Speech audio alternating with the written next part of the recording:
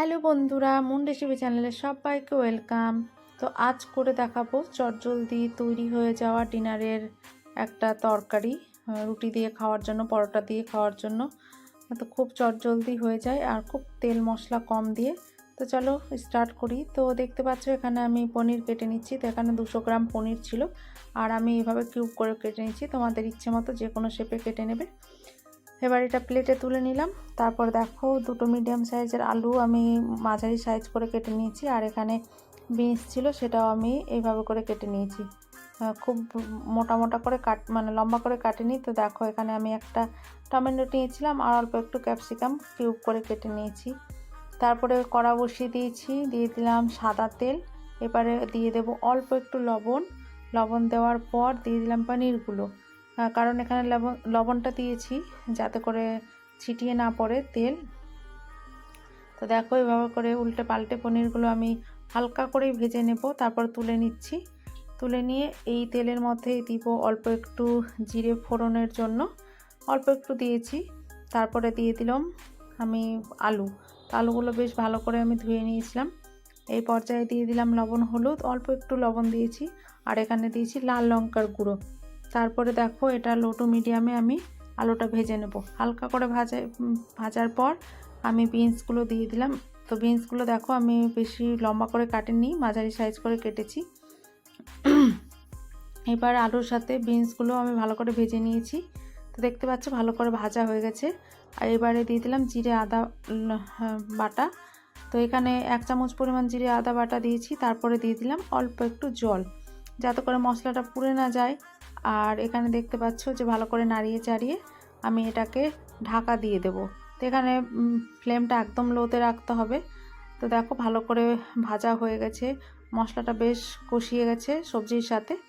তারপরে দিয়ে দিলাম পনির দিয়ে এবার আলতো হাতে আমি একটুখানি মশলার সাথে আলুর সাথে সবজির সাথে মিশিয়ে নেব যাতে করে পনিরটাও বেশ ভালো করে খেতে লাগে।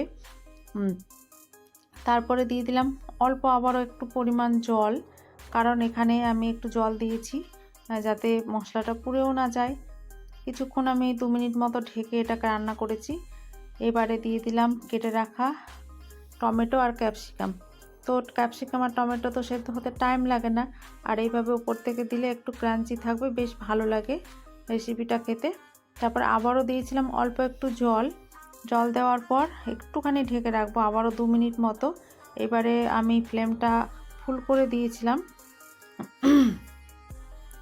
তো আমি একটুখানি ঝোলঝোলই রেখেছিলাম, তোমরা পছন্দ মতো গ্রেভিটা রাখবে, কারণ এখানে যেহেতু আলু আছে পনির আছে তার জন্য একটুখানি হালকা ঝোলটা রাখলে বেশ ভালো হয় পরের থেকে। এখন যেহেতু গরম আছে তাই মনে হচ্ছে ঝোলটা, কিন্তু গ্রেভিটা ঘন হয়ে যাবে ঠান্ডা হয়ে গেলে রেসিপিটা।